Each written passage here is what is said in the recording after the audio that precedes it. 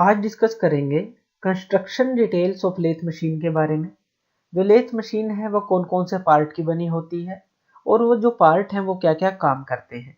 आज सारी lathe machine के पार्ट्स के कंस्ट्रक्शन और उसकी डिटेल्स के बारे में बात करेंगे। तो सबसे पहले हमारे पास लेथ मशीन की लेग्स होती हैं, जो सबसे बॉटम का पोर्शन है, जो हमारे नीचे फ्लोर के साथ कनेक्ट होती हैं, बोल्टेड होती हैं। ये जो लेग्स है ये कास्टिंग के थ्रू बनाई जाती हैं और ये कास्ट आयरन की बनी होती हैं, क्योंकि जो कास्ट आयरन है वो हाई कंप्रेसिव स्ट्रेंथ होती है उसकी और गुड वियर रेजिस्टेंस होता है, तो हम इसको कास्ट आयरन के साथ कास्टिंग के थ्रू बनाते हैं। इन लेग्स के ऊपर पूरा वेट लेथ मशीन का होता है। तो जो ये लेग्स हैं काफ़ी इंपॉर्टेंट पार्ट होती हैं हमारी लेथ मशीन का। ये लेग्स इस तरह से कास्ट आयरन के साथ बनाई जाती हैं ताकि टोटल वाइब्रेशन की मशीन को और टोटल वेट को सफ़र कर सकें, सहन कर सकें। तो ये लेग्स होते हैं बेसिक जो बॉटम पार्ट है हमारी लेथ मशीन का। इनके ऊपर होती है ट्रे। जो ये ट्रे होती है ये क्या काम करती है? ये ट्रे हमारा चिप्स कलेक्ट करने का काम करती है। चिप्स क्या होते हैं? चिप्स हमारे जब हम लेथ मशीन के ऊपर वर्क करते हैं, टर्निंग प्रोसेस करते हैं, टेपर टर्निंग करते हैं, फेसिंग करते हैं, कुछ भी हम प्रोसेस करते हैं, तो उससे जो मटेरियल रिमूव होता है उन मटेरियल को हम बोलते हैं चिप्स। वो बहुत ही गर्म होते हैं जब निकलते हैं, तो उनको कलेक्ट करने का काम हमारा ये ट्रे करती है। ये ट्रे हमारा उन चिप्स को बिखरने से रोकती है और एक जगह उनको कलेक्ट कर लेती है। फिर आता है हमारा बेड। ये है बेड। ये हमारा लेथ मशीन का बेड होता है। अकॉर्डिंग टू स्पेसिफिकेशन इस बेड को चूज किया जाता है।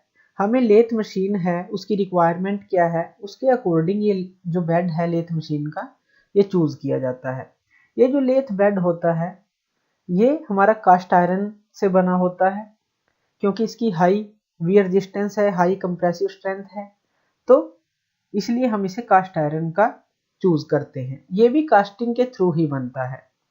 सिंगल कास्टिंग के दौरान ही हम इसका एक पूरा पीस तैयार करते हैं। अगर हमारी बड़ी लेथ मशीन है तो उसके जो 2 या 3 पीस बनते हैं उनको बाद में बोल्ट कर लिया जाता है। लेकिन जो जनरली छोटी मशीन है तो जो ये पूरा पीस है उसको एक ही ऑपरेशन में कास्टिंग के थ्रू बनाया जाता है। ये पूरा एक ही पीस होता है। इस बेड के पास यहाँ पे हमारा होता है फीड बॉक्स। फीड बॉक्स हमारा 2 चीजों से कनेक्ट होता है। एक तो हमारा लीड स्क्रू है और एक फीड रोड है। ये जो रोड है थ्रेडेड रोड है, इसको हम लीड स्क्रू बोलते हैं। इसके ऊपर थ्रेड कटे होते हैं। और जो ये नीचे है ये हमारी सिलेंड्रिकल रोड होती है। सिलेंड्रिकल रोड हम इसको फीड रोड बोलते हैं। ये दोनों ही हमारे एक साथ वर्क करते हैं और कैरिएज को संभालते हैं। कैरिएज हमारा जो टूल को मूवमेंट देता है आगे पीछे, तो ये दोनों हमारे फीड करने के काम आती हैं टूल को चक की तरफ। यहाँ पे हमारा लेफ्ट हैंड साइड में है हेड स्टॉक। हेड स्टॉक क्या होता है? हेड स्टॉक के अंदर सारी गियर अरेंजमेंट होती है। जो भी हमारा गियर है, चाहे वो फ्रंट गियर हो, चाहे वो बैक गियर हो, चाहे कोई पुली हो, सारा गियर अरेंजमेंट इस हेड स्टॉक के अंदर होता है। यहाँ पे हमारे पास एक लीवर होता है ड्राइविंग क्लच का। ये जो ड्राइविंग क्लच का लीवर है ये हमारा गियर्स और स्पिंडल के साथ एंगेज और डिसएंगेज करने के काम आता है। ये क्लच है, क्लच हमारा एंगेज करता है और डिसएंगेज करता है मोशन को। स्टार्टिंग में ये इसको डिसएंगेज रखता है मोशन को स्पिंडल के साथ, और जब हमें रिक्वायरमेंट होती है तो ये क्लच उसे एंगेज कर देता है स्पिंडल के साथ और स्पिंडल हमारा रोटेट करना स्टार्ट कर देता है। ये है स्पिंडल और ये है चक। जो ये स्पिंडल है ये अंदर से होलो और उसके अंदर थ्रेड कटे होते हैं। इसी तरह से जो हमारा चक है इसके बाहर एक रोड लगी होती है और उसके ऊपर थ्रेड कटे होते हैं। तो ये दोनों हमारे एक नट और बोल्ट की तरह भी फिट हो सकते हैं। तो अच्छी तरह से टाइट होने के बाद ये एक असेंबली बन जाती है। जो ये चक होता है ये क्या काम करता है? जो ये चक है ये हमारा जॉब को होल्ड करने के काम आता है। चक हमारे पास 2 तरह के होते हैं, 3 जा चक और 4 जा चक। 3 जा चक को हम यूनिवर्सल जा चक भी बोलते हैं, क्योंकि अगर हम एक जा को टाइट करते हैं तो तीनों जा इकट्ठे मूव करते हैं, उसको बोलते हैं यूनिवर्सल जा चक्र। लेकिन मेनली ये सिलेंड्रिकल जॉब को होल्ड करने के काम आता है। जो दूसरा टाइप है फोर जा चक्र, वो हमारा स्क्वायर जॉब को भी पकड़ सकता है, क्योंकि जो उसके जा हैं अलग अलग मूव करते हैं। अगर हम एक जा को टाइट करेंगे तो एक ही जा मूव करेगा। तो इन दोनों में ये डिफरेंस है कि थ्री जा चक्र में सारे जा इकट्ठे मूव करते हैं, फोर जा चक्र में सारे जा अलग अलग मूव करते हैं। इनके राइट हैंड साइड पे यहाँ पे टेल स्टॉक होता है। टेल स्टॉक भी हमारा कास्ट आयरन का बना होता है। टेल स्टॉक हमारा चक की तरफ मूव कर सकता है। ये गाइड वेज के ऊपर चलता है और चक की तरफ मूव कर सकता है। अकॉर्डिंग टू रिक्वायरमेंट हम इसको आगे और पीछे कर सकते हैं। इसका फंक्शन क्या होता है? इसका फंक्शन होता है कि कोई अगर हमारे पास वर्किंग के लिए लंबी रोड है तो उस रोड को ये सपोर्ट करता है, ताकि हमारी जो रोड है वर्किंग के दौरान बेंड ना हो, उसके अंदर बेंडिंग ना आए। तो इसके लिए ये यूज करते हैं। इस कॉर्नर को हम डेड सेंटर भी बोलते हैं, क्योंकि ये सिर्फ सपोर्ट करने का काम करता है। यहाँ पे हमें कोई मोशन प्रोवाइड नहीं होता।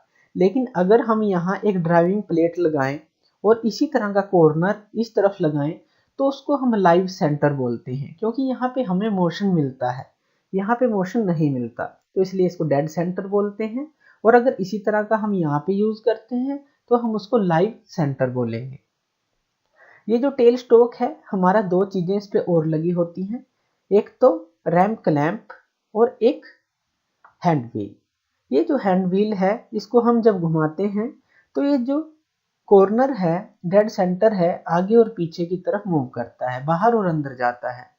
रैम्प क्लैंप इसके काम आता है अगर हम उसको कहीं लॉक करना चाहते हैं तो ये हमारा छोटा सा लीवर उसको लॉक कर देता है। लेफ्ट हैंड साइड में हेड स्टॉक के पास हमारा मेन ड्राइविंग पुलीज होती हैं। जो मेन ड्राइविंग पुलीज हैं वो हमारी कनेक्ट होती हैं अंदर गियर बॉक्स के साथ। तो ये मेन ड्राइविंग पुलीज हैं जो मोटर के साथ कनेक्ट होती हैं। उसके बाद आता है कैरिएज। यह कैरिएज, जो कैरिएज है हमारा 5 चीजों का बना होता है।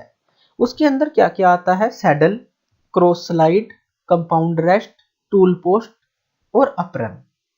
ये पांचों चीजें मिलकर हमारा कैरिएज बनाती हैं। कैरिएज के ऊपर एक हैंड व्हील होता है जो हमारे कैरिएज को आगे और पीछे की तरफ मूव करवाता है। चक्के साइड और इस साइड किसी भी तरफ हम इसके थ्रू हम उसको मैनुअली मूव करवा सकते हैं इस टोटल कैरिएज को। इस कैरिएज के ऊपर हमारा सैडल लगा होता है। यहाँ पे हमारा एक हाफ नट होता है जो ऑटोमेटिकली मोशन को कनेक्ट करने के काम आता है। अगर हम इसको एंगेज करते हैं तो इस लीड स्क्रू के साथ हमारा कैरिएज ऑटोमेटिकली एंगेज हो जाता है और ये ऑटोमेटिकली ही आगे और पीछे मूव कर सकता है। तो हम इस कैरिएज को इस नट के थ्रू, हाफ नट के थ्रू ऑटोमेटिकली एंगेज कर सकते हैं ताकि हमें मैनुअल फीड ना देनी पड़े। तो इस नट का जो फंक्शन है ऑटोमेटिकली एंगेज करने के लिए है। जब हम कोई थ्रेड कटिंग करते हैं तो हम इस नट का यूज कर लेते हैं ताकि हम मैनुअली इस मोशन का यूज ना करें और एक्यूरेसी के साथ अपने थ्रेड को कट कर सकें। तो ये हाफ नट भी बोलते हैं और स्क्रू कटिंग एंगेज भी इसको हम बोलते हैं। यहाँ पे है क्रॉस स्लाइड व्हील। सैडल के ऊपर हमारी क्रॉस स्लाइड लगी होती है। सैडल हमारा गाइड वेज के ऊपर होता है जो आगे और पीछे मूव करता है। उसके ऊपर हमारा क्रॉस स्लाइड लगी होती है। क्रॉस स्लाइड क्या है? जो परपेंडिकुलर चलेगी। जैसे आगे यहाँ पे अगर हम लेफ्ट और राइट की बात करें तो वो फ्रंट और बैक की तरफ चलेगी। तो क्रॉस स्लाइड व्हील है जो क्रॉस स्लाइड को आगे और पीछे की तरफ मूव करवाता है, इसलिए हम इसे क्रॉस स्लाइड बोलते हैं। तो ये हमारी क्रॉस स्लाइड होती है। क्रॉस स्लाइड के ऊपर हमारी होती है कंपाउंड रेस्ट। ये है कंपाउंड रेस्ट। कंपाउंड रेस्ट क्या काम करती है? वो टूल पोस्ट है जो हमारी, उसको सपोर्ट करती है और इस कंपाउंड रेस्ट को हम किसी भी एंगल पे घुमा सकते हैं। जब हम टेपर टर्निंग करते हैं तो हम इस कंपाउंड स्लाइड का यूज करते हैं एंगल पे इसको घुमा के। तो ये कंपाउंड स्लाइड हम यूज करते हैं। अब कंपाउंड स्लाइड के ऊपर हमारी होती है टूल पोस्ट। टूल पोस्ट क्या है? जिसके ऊपर हम सिंगल पॉइंट कटिंग टूल को टाइट करते हैं, वो है टूल पोस्ट। तो इस टूल पोस्ट के अंदर हम अपने टूल को टाइट कर सकते हैं। और लास्ट में है एप्रन। इस सारे को हम एप्रन बोल देते हैं, ताकि जो हमारी मूवमेंट है ऑपरेटर इसकी पहुंच में नहीं पहुंच पाता, तो इसको हम एक तरह का कवर मानते हैं, उसको हम एप्रन बोल देते हैं। तो ये सारे पार्ट्स हैं हमारी लेथ मशीन के। तो थैंक यू ये वीडियो देखने के लिए। और ज़्यादा अपडेटेड वीडियोस के लिए आप मेरे चैनल लर्न एंड ग्रो पे मुझे सब्सक्राइब कर सकते हैं। Thank you.